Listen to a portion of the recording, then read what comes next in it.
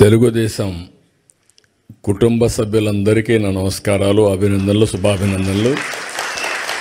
ఈరోజు ప్రత్యేకంగా ఎన్ఆర్ఐస్ అందరూ వచ్చారు, కానీ ఇందులో మెజారిటీ నా లెక్క ప్రకారం 100% ఎన్ఆర్ఐ తెలుగుదేశం పార్టీ కార్యకర్తలే.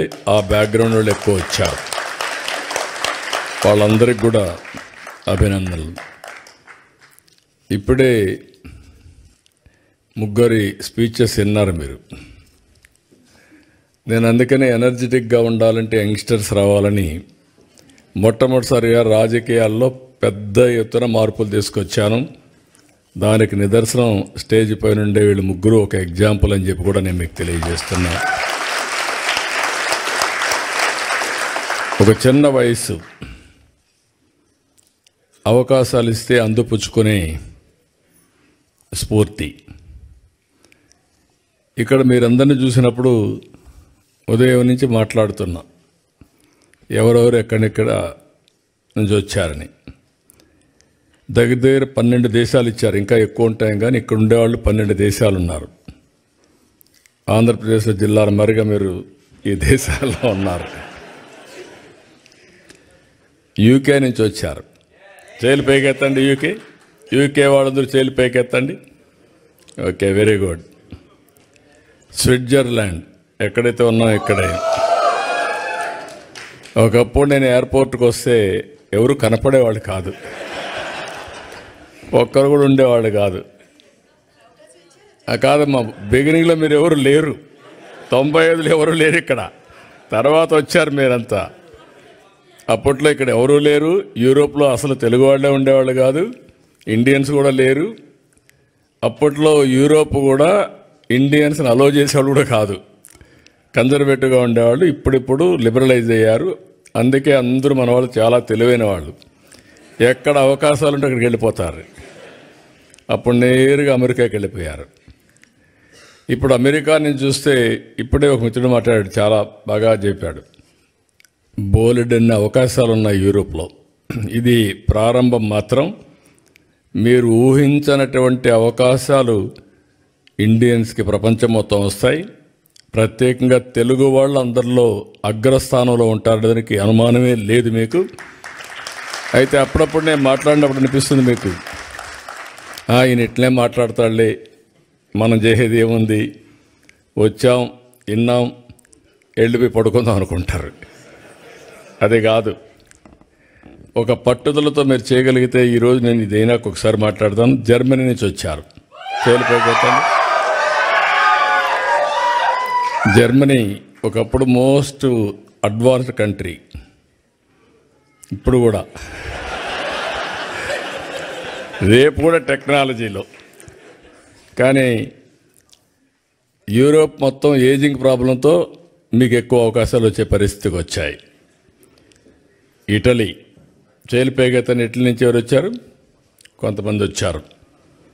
నార్వే నుంచి వచ్చిన వాళ్ళు చేలిపేగెత్తండి, మార్నింగ్ కనపడ్డారు. Sweden, Poland, France, Netherlands, Ireland, Belgium, Austria.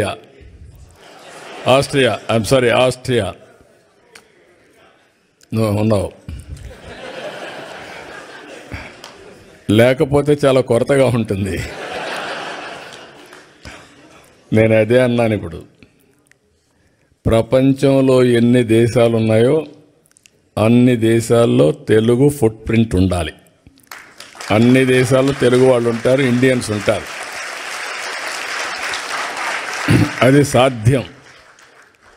ముందు ఆ విశ్వాసం మీకు వస్తే ఇది ఎట్టి పరిస్థితుల్లో కూడా జయప్రదం అవుతుంది. ఇప్పుడే మన వాళ్ళందరూ మాట్లాడినట్టు, నా జీవితంలో ఇన్ని దేశాల్లో మీరు ఉన్నారని కూడా ఊహించలేదు. నేను మీరు వెళ్తారని కూడా ఊహించలేదు. చెప్పాను చాలాసార్లు, ఎప్పుడు మాట్లాడినా చెప్తూనే ఉంటాను. కానీ దాన్ని అందిపుచ్చుకొని మీరు ఇన్ని దేశాలకు పోతే ఫస్ట్ టైం నేను జైల్లో ఉన్నప్పుడు ఎక్కడెక్కడి నుంచో మీరు డెమాన్స్ట్రేషన్లు చేస్తూ ఉంటే ఇన్ని దేశాల్లో తెలుగు వాళ్ళు ఉన్నారా అని నాకే ఆశ్చర్యం కలిగే పరిస్థితి వచ్చింది. అది 1-2 రోజులు చేయాలా మీరు? నేను జైల్లో ఉన్న 53 రోజులు నిరంతరం మీరు ఉద్యమాలు చేశారు. దీనికి నా జీవితాంతం నేను అనుకున్నాను. కొంతమంది చనిపోయినా గుర్తుంటారు, కానీ నేను బ్రతుకున్నగానే గుర్తుపెట్టుకున్నారంటే నా జీవితంలో మర్చిపోలేను. అక్కడి నుంచి ఎన్నికలు వచ్చాయి. ఎన్నికల్లో కూడా చాలా సమర్థవంతంగా మేము ఆలోచించాం. రాష్ట్ర భవిష్యత్తు ఒక పక్క, రాజకీయాల్లో ఉండదగ్గ వ్యక్తి కాని వ్యక్తి ఆ రాష్ట్రంలో ముఖ్యమంత్రిగా ఉంటే ఏం జరిగిందో మనం చూసాం. అందుకని అందరం కలవాలనుకున్నాం. తెలుగుదేశం, జనసేన, బీజేపీ 3 పార్టీలు కలిసి పోటీ చేశాం. పోటీ చేస్తే నాకే ఆశ్చర్యం వేస్తుంది. ప్రపంచంలో ఎక్కడెక్కడి నుంచో వచ్చారు మీరు, నెలలు తరబడి అక్కడే ఉన్నారు. ఒక్కొక్కరు మీకు ఎంత శక్తి ఉంటే అంత డబ్బులు ఖర్చు పెట్టి ఎన్నికల్లో గెలిపించారంటే ఇది మా జీవితంలో ఎప్పుడూ మర్చిపోలేని సంఘటన. ఇది అప్పుడప్పుడు చరిత్రలో అనుకుంటాం, కానీ ఇంత స్ఫూర్తిదాయకమైనటువంటి జాతి ఉండడం, నేను ఆ జాతిలో పుట్టడం నా అదృష్టంగా భావిస్తున్నా. అందుకే మళ్ళీ చెప్తున్నా, మళ్ళీ జన్మ అనేది ఉంటే మళ్ళా తెలుగు జాతిలోనే పుట్టాలని చెప్పి భగవంతుని కోరుకుంటున్నా. ఇంకొక విషయం మీరు చూస్తే, చాలా దేశాలు చరిత్రలో చాలామంది నాయకులు పౌరుల్ని తయారు చేయడంలో వాళ్ళు ఒక బాధ్యత తీసుకొని చేశారు. ఒక సింగపూర్ని ఒక ఫిషర్మెన్ విలేజ్ని ఈరోజు మోస్ట్ లివబులే కాకుండా మోస్ట్ అడ్వాన్స్డ్ దేశంగా తయారు చేశారు. ఒక పబ్లిక్ పాలసీలో ఆనాటి పాలకులు లీ కువాన్ యూ. ఇలాంటి అన్ని దేశాల్లో కూడా మనం చూస్తే ఇదే చరిత్ర మనకు గుర్తొస్తుంది. చరిత్ర అంతా నేను అందుకే 95లో ముఖ్యమంత్రి అయినప్పుడు ఆలోచించాను. మన రాష్ట్రం అంతా ఆంధ్రప్రదేశ్ అంటే వ్యవసాయం, అక్కడికక్కడే వ్యవసాయం చేసుకుంటూ అదే పనుల్లో ఉండేవాళ్ళం. మీరు గుర్తుపెట్టుకోవాల్సింది, మీలో కూడా ఎందుకు నేను మాట్లాడుతున్నానంటే, ఎప్పటికప్పుడు మీలో కూడా ఒక ఆలోచన విధానం రావాలి, చైతన్యవంతులు కావాలని చెప్తున్నాను. 91లో ఆర్థిక సంస్కరణలు వచ్చాయి. నేను 95లో ముఖ్యమంత్రి అయ్యాను. 93 ఆ ప్రాంతంలో ఇంటర్నెట్ రెవల్యూషన్ వచ్చింది. ఎవ్వరూ చేయని సాహసాలు నేను చేశాను. ఆ విషయం మీరు గుర్తుపెట్టుకోవాలి. మొట్టమొదటిగా 2nd జనరేషన్ రిఫార్మ్స్ నేను ప్రారంభించాను. అక్కడి నుంచి ఐటీకి ప్రాధాన్యత ఇచ్చాను. ఐటీ అంటే ఎవరికి అర్థం కానప్పుడు ఐటీని గురించి మాట్లాడమే కాకుండా ఊరూరులో పోయి చెప్పా, మీ పిల్లలకు డబ్బులు ఇవ్వడం కాదు కావాల్సింది, మీ పిల్లలు ప్రయోజకులు కావాలంటే బాగా చదివించండి, మీరిచ్చే 100 ఎకరాలు 50 ఎకరాలు ₹1,00,00,000 లెక్క కాదు, కొన్ని వేల కోట్లు సంపాదించే తెలివితేటలు వస్తాయి వీళ్ళకని చెప్పి ఆ రోజు చెప్పాను. చాలామంది మీరు చూస్తే చరిత్రలో విలేజ్ నుంచి మండలానికో టౌన్కి వెళ్ళిపోయి పిల్లల్ని చదివించడానికి కాపురాలు పెట్టారు. అంటే నా మాట మీద నమ్మారు. నమ్మిన వాళ్ళందరూ బెనిఫిట్ అయ్యారు, నమ్మని వాళ్ళు మళ్ళీ కొంచెం నష్టపోయారు. అది వేరే విషయం. చరిత్రలో అందరూ నమ్మలేరు. అదే మరి హైదరాబాద్ని డెవలప్ చేస్తామంటే నేను చెప్పా ఏం జరగబోతుందో హైదరాబాద్లో అని. తెలివైన వాళ్ళు, ముందుండేవాళ్ళు పెట్టుబడులు అది కూడా చెప్పాను. మీరు కూడా భూమి అమ్మద్దండి అని కూడా చెప్పేవాడిని. ఇప్పుడు అమ్మేస్తే మళ్ళీ విలువ పెరుగుతుంది, అప్పుడు బాధపడతారు, ఏదో అవసరం కొద్దికే ఇచ్చేయమని చెప్పాను.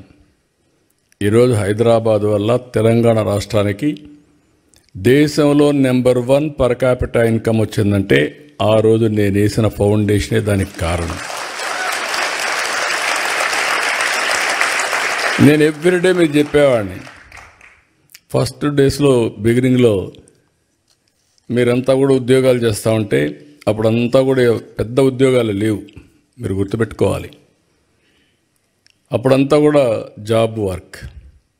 అమెరికాలో డాక్టర్లు డే టైం పనిచేస్తారు, ఆ స్క్రిప్ట్లంతా ఇండియాకి పంపిస్తారు, అవన్నీ టైప్ చేసి మళ్ళీ అప్డేట్ చేస్తే మార్నింగ్ డాక్టర్ వస్తానే అది చూసుకొని నెక్స్ట్ ముందుకు పోతాడు. అది బిగినింగ్లో మనం చేసింది. కొన్నిసార్లు ఆ పనులు కూడా మన వాళ్ళకు ఆ ప్రొనౌన్సియేషన్ తెలియకుండా ఇబ్బంది పడితే లండన్ నుంచి ఇంగ్లీష్ లెక్చరర్ని తీసుకొచ్చి మీకు అప్పట్లోనే ట్రైనింగ్ ఇప్పించా. అంటే ఇంగ్లీష్ కొంతమంది ఆ ప్రొనౌన్సియేషన్లో ఇబ్బంది పడుతున్నారని అక్కడి నుంచి ప్రారంభించాం. నేను ఎవ్రీడే చెప్పేవాడిని, మీరు ఉద్యోగం చేయడం కాదు, మీరు ఉద్యోగాలు ఇచ్చే స్థాయికి ఎదగాలి, జాబ్ సీకర్ కాదు జాబ్ ప్రొవైడర్గా తయారు కావాలని ఎప్పుడు చెప్పేవాడిని. అంటే ఆంటర్ప్రెన్యూర్స్ కావాలని నేను చెప్పడమే కాదు, ఒక 40-50 మంది ఆంటర్ప్రెన్యూర్స్ని నాతో తీసుకెళ్ళి ప్రపంచం మొత్తం వాళ్ళకు చూపించి రౌండ్ టేబుల్ కాన్ఫరెన్స్లు పెట్టేవాడిని. ఆ దేశంలో ఉండే ఆంటర్ప్రెన్యూర్స్ని పిలిపించి వీళ్లకు వాళ్ళకు నెట్వర్క్ చేసి ఎంఓయూలు కానీ లేకపోతే అనేక విధాలుగా అనుసంధానం చేస్తే ఈరోజు నేను గర్వంగా చెప్పగలుగుతున్నా, సెకండ్ జనరేషన్ ఆంటర్ప్రెన్యూర్స్ దానికి చిరునామా తెలుగు రాష్ట్రాలంటే ఆ రోజు చేసిన ఫౌండేషనే. ఇప్పుడే మా ఆడబిడ్డ చెప్తా ఉంది, ఆ రోజు చదువుకోవాలంటే ఆడపిల్లలు చదివించేవాళ్ళు కాదు తల్లిదండ్రులు.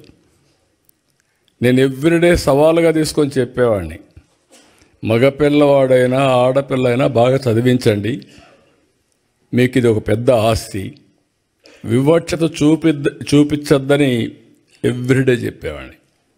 చెప్పడం కాదు, నేను ఒక పాలసీ తీసుకొచ్చాను. కాలేజ్ సీట్లలో ఉద్యోగాల్లో 33% ఆడబిడ్డలకు రిజర్వేషన్లు పెట్టాను. మొత్తం అప్పుడు పెడితే చాలామంది నన్ను అడిగారు, 33% పెట్టారు, ఇప్పుడు వాళ్ళు 60% వస్తారు, మెరిట్లో కూడా కొన్ని వస్తాయి, మీకు 40 వస్తాయి మగవాళ్ళు అంటే బ్యాక్లాగ్ ఉందిలే, అదన్నీ ఫిలప్ కావాలి, ఆ తర్వాత చూద్దాం మీ కథ అని చెప్పి చేశాను. అదే మాదిరిగా రాత్రుల్లో కూడా ఆడబిడ్డలు పని చేయగలుగుతారని నిరూపించి ఐటీ దీనికి 24/7 కింద పెట్టి ప్రత్యేకంగా సెక్యూరిటీ కూడా పెట్టి మీకు పని చేయించాం. ఇప్పుడు ఏ ఐటీ కంపెనీకి పోయినా నేను అప్పుడప్పుడు కంపేర్ చేస్తూ ఉంటాను, మీలో కూడా ఉంటారు.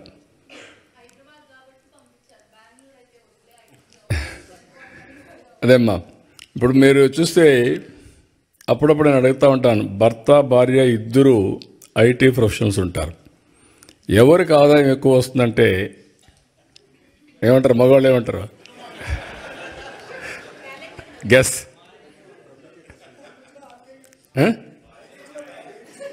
అని కూడా కాదు. మన ఆడవాళ్ళని మనం సరిగా అంచనా వేయలేదు, కానీ there is a theory, right brain, left brain. Go and ask your ChatGPT. Ladies are more intelligent than men. It is established fact. మనం నమ్మినా నమ్మకపోయినా అది వాస్తవం. అందుకే ఇవన్నీ నేను ప్రమోట్ చేసినప్పుడు నాకు అనిపించింది చాలా, ఇప్పుడు ఎక్కడికి పోయినా కూడా ఇంకొక ఇది కూడా ఉంది, మీకు గుర్తుపెట్టుకోవాలి, మీరు కూడా ఫాలో కాలేదనుకుంటున్నాను నేను, అయితే ప్రమాదం. డబ్బులు వచ్చాయి, ఇద్దరు కూడా ఉద్యోగాలు చేస్తున్నారు, double income, no kids, let us enjoy. అందుకే ఇప్పుడు యూరోపే కాదు అన్ని దేశాల్లో కూడా పాపులేషన్ ప్రాబ్లం వచ్చింది, ఏజింగ్ ప్రాబ్లం వచ్చింది. Can you believe? జపాన్ లాంటి దేశం ఇండియా నుంచి మ్యాన్ పవర్ పంపించమని ఫస్ట్ టైం అడుగుతున్నారు. జర్మనీ లాంటి దేశంలో ఇండియన్స్ని యాక్సెప్ట్ చేసి కొంతమంది మనుషులు కావాలని అడిగే పరిస్థితికి వచ్చారు. అంటే ఏదైతే సరైన సమయంలో నిర్ణయం చేయలేకపోయారో దానివల్ల ఆ దేశాలు ఈరోజు మీరు చూస్తే సంపద సృష్టించారు, టెక్నాలజీ ఉంది, అగ్రదేశాలు. మనుషులు లేకపోతే ఎవరికోసం దీనికి? ఎవరు ఎంజాయ్ చేస్తారు? That is the stage today. India is very fortunate. 2047కి ఇండియా, నాకు ఏం అనుమానం లేదు, ప్రపంచంలోనే నెంబర్ 1 కానీ నెంబర్ 2 కానీ తయారవుతున్నాం.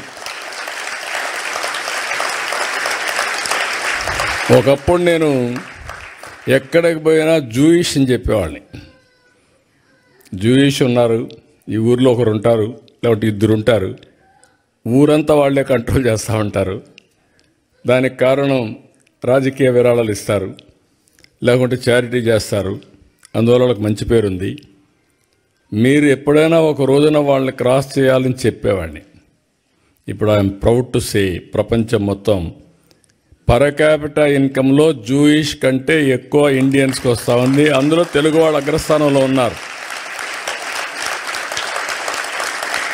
ఇంకా వెల్త్ క్రియేషన్లో ఇంకా ముందుకు పోవాలి, అది కూడా అవుతాం, నాకేం డౌట్ లేదు దాంట్లో. ఎందుకంటే జూయిష్ పాపులేషన్ అంతా 1,20,00,000, ఇండియా పాపులేషన్ 145 కోట్లు ఇప్పటికి, తెలుగు వాళ్ళ పాపులేషన్ 10 కోట్లు. తెలుగు వాళ్ళు ఒక 3-4 కోట్లు ప్రపంచం అంతా వెళ్ళిపోతే ఒక 2 కోట్లు ఇంకా మీరు ప్రపంచాన్ని అంతా మీరే దున్నేస్తారు, నాకేం అనుమానం లేదు. ఇప్పుడే అంటున్నాడు రామ్మోహన్ రావు, మీరు తిరిగి వచ్చేయండి అని. అదే మరి లోకేష్ గారు అన్నారు, మీరు వచ్చేసి డెవలప్ చేయాలని. నేను రమ్మనడం లేదు మిమ్మల్ని, మిమ్మల్ని ఇక్కడే ఉండమంటున్నా, ఇంకా ఎక్స్పాండ్ కావాలని కోరుకుంటున్నా. నా విజన్కు వాళ్ళ విజన్కు అదే వ్యత్యాసం. నేను అనేది ఏంటంటే గ్లోబల్ లీడర్స్ కావాలనుకున్నా. ముందు global citizens, global leaders. Distance is not the criteria. మీరు స్విట్జర్లాండ్లో కూర్చోండి, డెన్మార్క్లో కూర్చోండి, జర్మనీలో కూర్చోండి, ఆంధ్రప్రదేశ్ అభివృద్ధి చేయాలంటే ఫోన్ తీసుకుంటే పని అయిపోతుంది. అది ఈరోజు మన పరిస్థితి. అందుకే నేను ఇచ్చిన పిలుపు ఏంటంటే తెలుగు వాళ్ళందరూ ప్రపంచం అంతా ఉండాలి. కర్మభూమికి మీరు సహకరించాలి. మళ్ళీ మళ్ళీ చెప్తున్నా, మీరు ఎక్కడున్నారో అది కర్మభూమి. అవకాశాలు ఇచ్చింది మీకు. ఇచ్చినప్పుడు ఇక్కడ కర్మభూమికి మీరు పట్టించుకోకపోతే మీ మీద అసూయ వస్తుంది, అది కరెక్ట్ కాదు. అదే సమయంలో మీకు అవకాశాలు ఇవ్వడానికి మీకు అవకాశం కల్పించింది జన్మభూమి, మీ స్వగ్రామం. 2 కూడా బ్యాలెన్స్ చేయాలని మరొక్కసారి మిమ్మల్ని అందరినీ కోరుకుంటున్నా. చేస్తారని చెప్పి కూడా నేను ఆశిస్తున్నా. ఇది ఒక పద్ధతి ప్రకారం మనం పెట్టుకోగలిగితే ఏదైనా సాధ్యం. ఇక్కడ ఈరోజు నేను మాట్లాడినప్పుడు చూశాను, ఇక్కడ ఉండే వాళ్ళల్లో ఎంతమంది ఆంట్రప్రెన్యూర్స్గా ఉన్నారో చేతులు పైకెత్తండి. ఆంట్రప్రెన్యూర్స్, ఓకే. ఎంతమంది ప్రొఫెషనల్గా ఉద్యోగాలు చేస్తున్నారు చేతులు పైకెత్తండి. ఓకే. ఎంతమంది ఇంట్లో 2 ఉంటే భార్యాభర్త ఉద్యోగాలు చేస్తున్నారు వాళ్ళు పైకెత్తండి.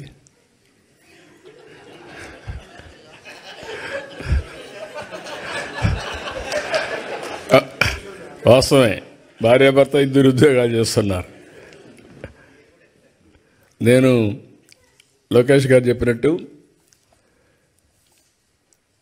నేను ఒక రాజకీయాల్లో కూడా చాలా ఒక రెవల్యూషన్గా చేయాలని నా కోరిక. ఎవరైనా సరే ఏ ఫీల్డ్లో ఉన్నా రాణించాలంటే ఆర్థికంగా ఇబ్బందులు లేకుండా ఉండాలి. అందుకే నేను ఆలోచించింది, రాజకీయాల ద్వారా డబ్బులు సంపాదిస్తే ఎప్పటికీ గౌరవం రాదు. కాబట్టి ఫ్యామిలీ ఎప్పుడు రాజకీయం పైన ఆధారపడకూడదని నేను వ్యాపారాలు చేయాలని బిగినింగ్లో నిర్ణయించి 1-2 ఫెయిల్ అయినా ఫైనల్గా హెరిటేజ్ పెట్టాం. ఈరోజు కుటుంబం గౌరవంగా బతికే పరిస్థితి వచ్చిందంటే అది ఆ రోజు ప్రారంభించిన హెరిటేజ్ అని చెప్పి కూడా మీకు తెలియజేస్తున్నాను. ఎప్పుడు నేను రాజకీయం చేసేవాడిని, మా మిస్సెస్ ఆ కంపెనీ చూసుకునేది. ఇప్పుడు లోకేష్ గారు కూడా రాజకీయాల్లోకి వస్తే బ్రహ్మణి గారు పని చేసుకుంటున్నారు. కుటుంబానికి ఎలాంటి ఇబ్బందులు, ఇది అందరికీ రావాలనేది నా కోరిక. దాన్ని ఎప్పటికప్పుడు ప్రమోట్ చేసిన ఒకసారి ఆలోచించారు, కానీ అది కుదరలేదు. రాజకీయ పార్టీ కూడా ఒక కంపెనీ పెట్టి వచ్చే డబ్బులు రాజకీయాలకు ఖర్చు పెట్టాలని, అది వీలుగాల, అది లాస్ ఒప్పుకోలేదు, అందువల్ల చేయలేకపోయాను. ఇప్పుడు నేను మిమ్మల్ని కోరేది ఏంటంటే, నేను 1 ఫ్యామిలీ 1 ఆంటర్‌ప్రెన్యూర్ అని పెట్టుకున్నాను. నేను ఇక్కడుండే మీరందరూ కూడా ఉద్యోగాలు చేస్తూ ఓసారి టకామని ఉద్యోగం మానేసి ఆంటర్‌ప్రెన్యూర్ చేస్తే అది కానీ గిట్టుబాటు కాకపోతే మొత్తం దెబ్బతింటామని భయం కూడా ఉంటుంది. గ్రాడ్యువల్గా మీరు ఆలోచించుకోవాల్సింది, సంపద సృష్టించడం కష్టం కాదు, కేర్ఫుల్గా పనిచేస్తే ఏదైనా సాధ్యం. నేను ప్రపంచంలో ఒకటే చెప్తున్నా మీకు, 2047కి ప్రపంచంలో నెంబర్ 1 కమ్యూనిటీ ఎవరంటే, మోస్ట్ పవర్ఫుల్ కమ్యూనిటీ ఎవరంటే, దానికి చిరునామాగా మీరుండాల్సిన అవసరం ఉంది. అదే నా ఆలోచన, అదే నా విజన్, అదే నా సంకల్పం. నా సంకల్పం మనందరి సంకల్పం కావాలని, దానికి ఆమోదం చెప్పాల్సిందిగా మరొక్కసారి మీ అందరినీ కోరుకుంటున్నాను.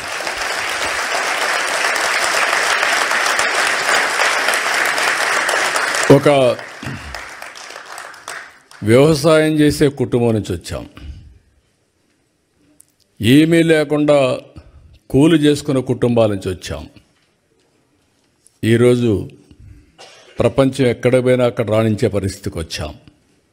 ఈ స్థాయి నుంచి ఇంకొక స్థాయికి పోవడం పెద్ద కష్టం కాదు, ఇది మీరు దృష్టిలో పెట్టుకోండి. అదే సమయంలో నేను దీని నెట్వర్కింగ్ కూడా, ఐఎమ్ వెరీ హ్యాపీ. ఇప్పుడు కొన్ని ఎగ్జాంపుల్స్ కూడా మన వాళ్ళు చెప్పారు. నేను ఆ రోజు చూశాను, మీ బలం చూశాను. ఉక్రెయిన్ వార్ డిక్లేర్ చేశారు. డిక్లేర్ చేస్తే ఏం చేయాలని ఆలోచించాం. గవర్నమెంట్ పట్టించుకోవడం లేదు, కేంద్రం చేయాల్సిన పనులు చేస్తున్నారు. తెలుగు వాళ్ళు చాలా ఎంటర్ప్రైజింగ్ కమ్యూనిటీ, ఎక్కడ అవకాశాలు ఉన్నాయంటే అక్కడికి వచ్చేస్తారు. యుక్రెయిన్లో MBBS సీట్లు చాలా కాస్ట్ ఎఫెక్టివ్, మెజారిటీ ఇక్కడికి వచ్చేసారు. ఒకరిని చూసి వచ్చేసారు.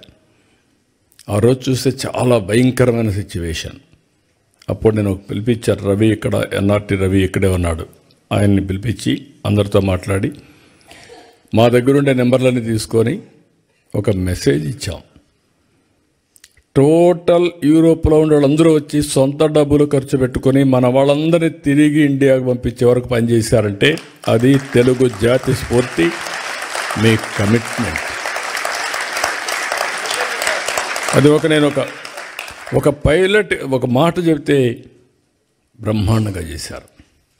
కానీ ఒకసారి మోటివేట్ చేస్తాం కానీ, ఇన్స్పిరేషన్ ఇస్తాం కానీ, చేసేవాళ్ళు కూడా ఉండాలి. అంటే మీకు ఒక సామాజిక స్పృహ కాకుండా మళ్ళీ ఎక్కడి నుంచి వచ్చారో ఆ రూట్స్ మర్చిపోకుండా గుర్తుపెట్టుకున్నారంటే చాలామంది మర్చిపోతాం. మీలో కూడా ఒకరిద్దరు ఉంటారు, నాకేంటి, నాకేమొచ్చింది, ఎవరేం చేశారు, నేనే పైకి వచ్చాను అనుకుంటారు. కానీ నేను ఆ రోజు ఇంజనీరింగ్ కాలేజీలే ప్రారంభించకూడదు అనుకొని ఉంటాను అనుకోండి, ఏమయ్యేది? అవునా కాదా? That is the vision I have given. దానికి నేను మీ ఫైల్స్ మోసకపోయాను, మీరు గుర్తుపెట్టుకోవాలి. అంటే ఒక్కొక్క ఇంజనీరింగ్ కాలేజ్ ఫైల్ తీసుకొని, ఒక మెడికల్ కాలేజ్ ఫైల్ తీసుకొని, నాకేం అవసరం లేదు ఢిల్లీలో, వాళ్ళ దగ్గరికి పోయి వాళ్ళకు భోజనం పెట్టి డిన్నర్లు ఇచ్చి అడుక్కొని మీరు మాకు ఇవ్వండి ఇవి అని చెప్పారు. ఎందుకంటే ఫ్యూచర్ చూశాను కాబట్టి ఆ రోజు మీకు చేశాను అవన్నీ. రెండోది, మీరు చూస్తే ముఖ్యమంత్రులు అంటే పెత్తందారులుగా ఉంటాం. నేను బిల్ గేట్స్ని కలవాలా, నేను ఫోన్ చేసి అడిగాను అంబాసిడర్ని, chief minister I want to meet him అని. ఆయన ఎవరిని కలవడం లేదండి, మిమ్మల్ని కూడా కలవడు, రాజకీయ నాయకులతో నాకేం పని లేదంటున్నాడు అన్నారు. లేదు నాకు పని ఉంది ఆయనతో. ఒక 10 నిమిషాలు ఇమ్మనండి అన్న. సరే అవసరమైతే మీరు రండి, కాక్టైల్ పార్టీ ఉంది, అందులో జాయిన్ కమ్మన్నారు. నేను వచ్చి కాక్టైల్ పార్టీకి వచ్చి నెక్స్ట్ డే పేపర్లో హెడ్లైన్స్ వేసి ఈయన కూడా పార్టీలో చేరిపాడని. కరెక్ట్ కాదండి, ఓన్లీ 5-10 మినిట్స్ కావాలని చెప్పి అడిగాను, ఇచ్చాడు. దానికి 3 రోజులు ప్రిపేర్ అయ్యాను. ప్రిపేర్ అయ్యి విజన్ డాక్యుమెంట్ విజన్ చేసి ఒకటే మాట చెప్పాను నేను ఆయనకి. నా దగ్గర కూర్చున్నాడు ఇదే మరిగా. 5 మినిట్స్ అన్నారు. నేను స్టార్ట్ చేస్తే ఆయన ఇంకేమీ అబ్జెక్షన్ చేయలేదు. 45 మినిట్స్ వీ స్పెంట్. అప్పుడు నేను విజన్ ఇచ్చాను, what is India, what is the strength of India in technology అని. ఈ ఎంటైర్ అగ్రీడ్ విత్ మీ. నేనేం చేయాలి మీకు అన్నాడు. మీరు ఏమీ చేయక్కర్లేదు, మీ మైక్రోసాఫ్ట్ కంపెనీ హైదరాబాద్లో పెట్టమని అడిగా ఆ రోజు. అప్పట్లో ఎవరు అడగరు, ఓన్లీ సియాటల్లో ఉంది. ఎందుకంటే మైక్రోసాఫ్ట్ వస్తే ప్రపంచం అంతా అనుకుంటారు హైదరాబాద్లో ఏమీ లేకపోతే వచ్చాడు, మైక్రోసాఫ్ట్ పెట్టాడని చెప్పి అన్ని కంపెనీలు వస్తాయి. ఫ్లాగ్షిప్ కంపెనీ చెప్పి ప్రయత్నం చేశాను, జయప్రదమయ్యాను. ఈరోజు గర్వంగా చెప్తున్నా, ఆ మైక్రోసాఫ్ట్ హైదరాబాద్కు వచ్చింది కాబట్టి తెలుగు బిడ్డ నాదెళ్ల సత్య సీఈఓగా తయారయ్యాడు ఆ కంపెనీకి. That is the elevation, that is the spirit. ఇది ఒక్కొక్కరికి కోరికలు పుడతా ఉంటాయి. నేను ఇంజనీరింగ్ కాలేజీలు కడితే ఎవ్రీ రెవెన్యూ డివిజన్లో ఆ engineering college building biggest building. అది చూసి నేను కూడా ఈ కాలేజీలో చదువుకోవాలని చదువుకున్నవాడు మీలో కూడా చాలామంది ఉంటారు. అలాంటి స్ఫూర్తిదాయకమైన కాలేజీలు మనం కట్టాము, ఎన్ని లాభాలు వచ్చాయి. ఇప్పుడు నేను మిమ్మల్ని కోరేది ఏంటంటే, ఇక్కడి నుంచి నెక్స్ట్ స్టెప్కు మనం వెళ్దాం. ఇప్పుడే లోకేష్ గారు చెప్పినట్టు overseas manpower company Andhra Pradesh, Sita శర్మని ఒక అమ్మాయిని తీసుకొచ్చి సీఈఓగా పెట్టారు. స్ట్రెంగ్తన్ చేస్తాం. ఎన్ఆర్టీ రవి కూడా ఇక్కడే ఉన్నాడు. ఒక్కొక్క దేశంలో ఒక ఎన్ఆర్టీ మొత్తం కూడా మీరు మొబిలైజ్ చేసి లీడర్స్గా ఉన్నారు. తెలుగుదేశం పార్టీ ఎన్ఆర్ఐ వాళ్ళు ఎన్ఆర్ఐలో ఉంటారు. ఎన్ఆర్టీలో కూడా మీరు ఉండి ఎన్ఆర్టీని బలపరిస్తే గవర్నమెంట్ పరంగా వచ్చినప్పుడు, ఇప్పుడు నేను కూడా ఒక పక్క ముఖ్యమంత్రిని, ఒక పక్క పార్టీ అధ్యక్షుడిని, ఈ 2 బాధ్యతలు నిర్వహించినప్పుడు that is political governance. Political mandate తీసుకున్నాను, ముఖ్యమంత్రి అయ్యాను. పార్టీ అధ్యక్షుడిగా నేను హామీలు ఇచ్చాను, అవి నెరవేరుస్తాను. పార్టీ కార్యకర్తలు మీరందరూ కూడా పార్టీకి సపోర్ట్ చేసిన వాళ్ళే. మీ రుణం తీర్చుకోవాలి. తగిన విధంగా ప్రతి ఒక్క రుణం తీర్చుకోవడానికి నేను అన్ని విధాల ప్రయత్నం చేస్తున్నాను. అది వచ్చినప్పుడు ఎన్ఆర్టీ ఉంటుంది, ఎన్ఆర్ఐ ఉంటుంది. మూడోది, ఈ 2 చేసిన తర్వాత ఏ విధంగా మిమ్మల్ని ప్రమోట్ చేయాలని ప్లానింగ్ చేయాలి, ఎంపవర్ చేయడానికి. ఎప్పుడు కూడా నిరంతరం ఒక పని జరిగిందంటే ఆ పని చూసుకొని మీరు ఆనందపడిపోతే మీరు అక్కడే ఉంటారు. తూతూగా అంటే ఇన్ ది సెన్స్, ఒక అవకాశం వచ్చింది, ఉపయోగించుకున్నారు, అక్కడికే సాటిస్ఫై అయితే కరెక్ట్ కాదు. అట్లా కాకుండా మనం పవర్ఫుల్ కమ్యూనిటీ, పవర్ఫుల్ వ్యక్తులు కావాలంటే నిరంతరం ఆలోచించాలి, శ్రమ చేయాలి. నేను అందుకే రాత్రి కూడా ఒక అర్ధగంట నాకు టైం దొరికితే రామ్మోహన్ నాయుడు కూడా గట్టిగా చెప్పాను, నేను చెప్పాలని చెప్పా. ఫ్లైట్లో వచ్చాడు. ఫ్లైట్లో వస్తే 1 గంట చెప్పాను, ఏమేం చేయాలి, ఎట్లా చేయాలి. మీకు యంగ్స్టర్స్, మీకు అవకాశం వచ్చింది. అతి చిన్న వయసులో నువ్వు కేంద్ర మంత్రి అయ్యావంటే అది ఒక అవకాశం వచ్చింది. ఈరోజు ఆ అవకాశాన్ని అందిపుచ్చుకొని ప్రజలకు శాశ్వతంగా మెరుగైన సేవలు చేయడానికి మీరు ప్లాన్ చేయాలి. అదే మాదిరిగా ఈసారి గెలిచాం, మనం మళ్ళా పర్వాలేదనుకుంటే కుదరదు. ఎట్టి పరిస్థితిలో ప్రతి ఎన్నికల్లో మనం గెలిస్తే ఆ రాష్ట్రాన్ని ఎక్కడికో తీసుకుపోయేదానికి అవకాశం ఉంటుంది. అది కూడా చేయాలని చెప్పి చాలా స్పష్టంగా చెప్పాను. మర్చిపోవద్దని ప్రజలు, మీరు ఒక మోడల్ తయారు చేయండి. ఇప్పుడు కేంద్రంలో చూశారు మీరు, నరేంద్ర మోడీ గారు 3వసారి గెలిచారు, గుజరాత్ 5వసారి గెలిచారు, హర్యానా 3వసారి గెలిచారు. మనం 2004లో గెలుచుంటే తెలుగు జాతి ఎక్కడికో ఎల్లుండదో ఒకసారి ఊహించుకోండి మీరు. 10 ఏళ్ళు గ్యాప్. కానీ ఒక అదృష్టం ఏంటంటే వచ్చిన పాలకులు ఆ రోజు హైటెక్ సిటీ ఎవరు కూల్చుంటే అడిగి ఆగిపోయేది మొత్తం, ఎవడు చేయలే. కానీ మొన్న వచ్చినప్పుడు మీరు చూస్తే అమరావతి పోయింది, పోలవరం పోయింది, అన్నీ పోయినాయి. అంటే ప్రజావేదికతో ప్రారంభమై మొత్తం పోయే పరిస్థితికి వచ్చింది. సో ఇక్కడ నేను అనేది ఏంటంటే ఇవన్నీ వచ్చినప్పుడు మనం అందరం కలిసి ఏ విధంగా దీన్ని ముందుకు తీసుకుపోవాలనో సమిష్టిగా మనం ఆలోచించుకొని ముందుకు పోవాల్సిన అవసరం ఉంది. ఇక్కడ మన వాళ్ళు సిఎక్స్ఓ క్లబ్ ఒకటి క్రియేట్ చేసి తద్వారా ఉపాధి ఏ విధంగా క్రియేట్ చేయాలో చేద్దామన్నారు. చాలా సంతోషం, మనస్ఫూర్తిగా మీకు అభినందనలు. మీకు బలం పెరగాలంటే, మీ శక్తి పెరగాలంటే మీరు ఒక్కరుంటే చాలదు, ఇంకా సఫిషియెంట్ నెంబర్ ఉండాలి. కనీసం అప్పుడు తెలుగు కల్చర్ని కాపాడుకుంటారు, మన పిల్లలు కూడా తెలుగులో మాట్లాడుకుంటారు. లేకుంటే మీ తర్వాత మీ పిల్లలు కూడా మర్చిపోయే పరిస్థితికి వస్తారు. దానికి మీరు దోహదం చేయాల్సిన అవసరం ఉంది. నేను దీన్ని చాలా సిస్టమేటిక్గా ఆలోచిస్తాను. 2 విషయాలు ఆలోచించుకొని మీరు వర్కౌట్ చేయండి. నవేడేస్ మీరు వచ్చి ఫిజికల్గా పనిచేస్తున్నారు, ఫ్లెక్సిబుల్ వర్కింగ్ వచ్చేసింది. నాకు ఎప్పుడు పని కావాలంటే అప్పుడు పని చేయించుకుంటా, నాకు ఎప్పుడు టైం ఉంటే అప్పుడు పని చేస్తా. Physical virtual reality. ఫిజికల్గా అవసరమైతే తప్పకుండా driver 1 hour 2 hours 3 hours driving చేయాలి. ఇప్పుడు బార్బర్ ఉంటాడు, సెలూన్కి పోవాలి, 1 అవర్ 2 అవర్స్ పని ఉంటుంది. 50% ఆఫ్ వర్క్స్ ఒక్కొక్కసారి ఆన్లైన్లో అయిపోతాయి. ఇలాంటివి ఉన్నప్పుడు నేనేం చేద్దాం అనుకుంటున్నానంటే మీరు కూడా కోఆపరేట్ చేస్తే ఆంధ్రప్రదేశ్లో ఇంటి దగ్గర కూర్చొని వర్క్ ఫ్రమ్ హోమ్ అవకాశాలు ఎక్కడుంటాయో ప్రపంచంలో మొత్తం తీసుకొచ్చి ఆంధ్రప్రదేశ్ని ఒక వర్క్ ఫ్రమ్ హోమ్ హబ్గా తయారు చేయాలని నా కోరిక. చాలామంది ఉమెన్ ఉన్నారు, చదువుకున్నారు, ఇంట్లో చిన్న చిన్న పనులు ఉంటాయి, పిల్లల్ని చూసుకుంటారు, వంట చేసుకుంటారు. కానీ ఒక 5-6 గంటల టైం ఉంటుంది. ఆ 5-6 గంటలు కానీ పనిచేస్తే 40,000-50,000 రూపాయలు మినిమం ఆ తెలివితేటలను బట్టి డబ్బులు వస్తాయి. అదే మరి కోవర్కింగ్ స్పేస్ కానీ, ఇంకొక పక్కన జీసీసీ కానీ, ఇలాంటివన్నీ కూడా నాలెడ్జ్ ఎకానమీలో తీసుకుపోవాలనుకుంటున్నాను.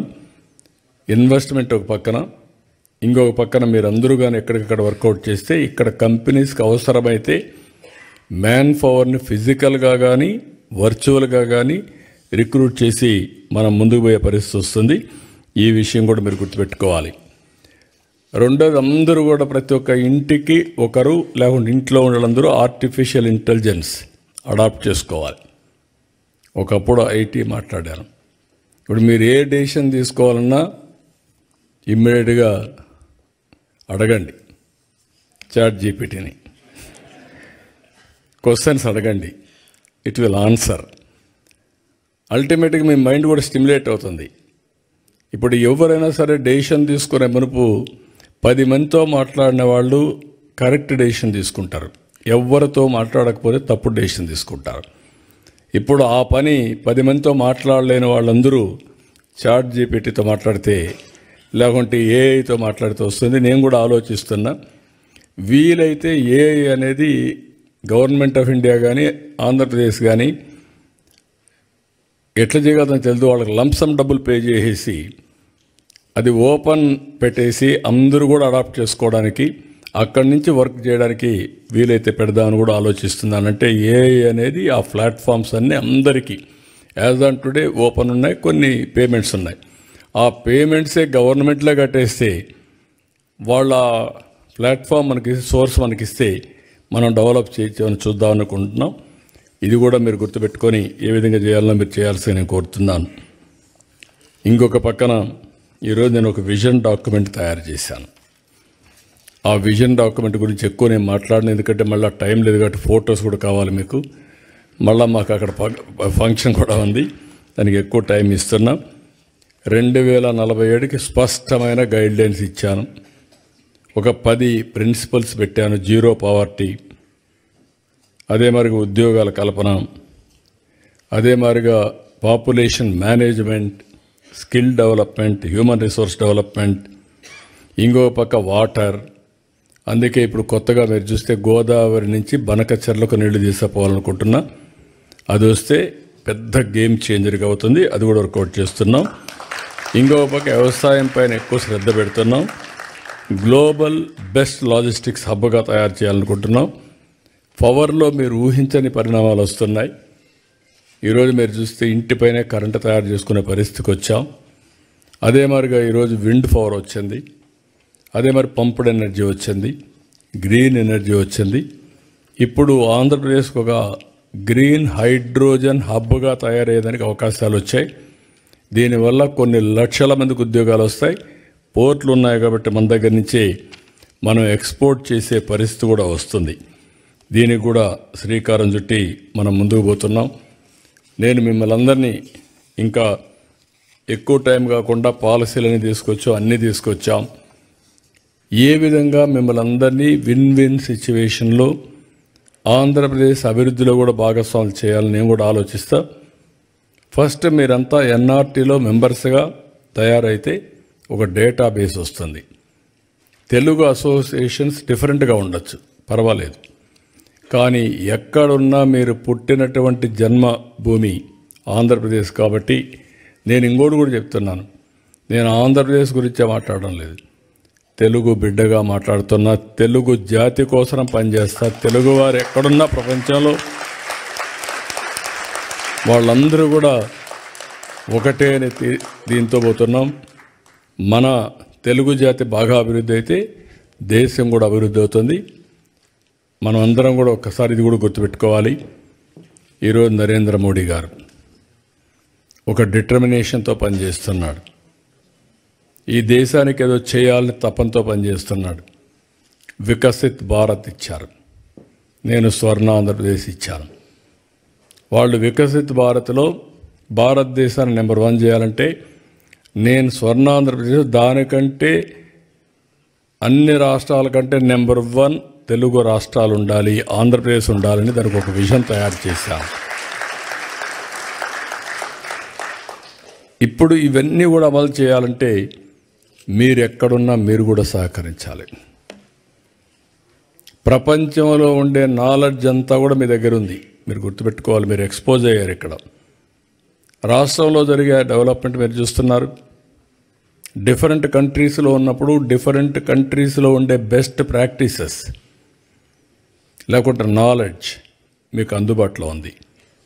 అది అధ్యయనం చేసుకొని ఎప్పటికప్పుడు మీరు కూడా నాకు ఆలోచనలు ఇస్తే ఆ ఆలోచనలు అందిపుచ్చుకొని రాష్ట్రాన్ని అభివృద్ధి చేసే బాధ్యత నేను తీసుకుంటా. ఇంకొక పక్క మీకోసం కూడా నేను ఆలోచిస్తున్నాను. ఏం చేయాలని కూడా మీరు కూడా ఐడియాస్ ఇవ్వండి.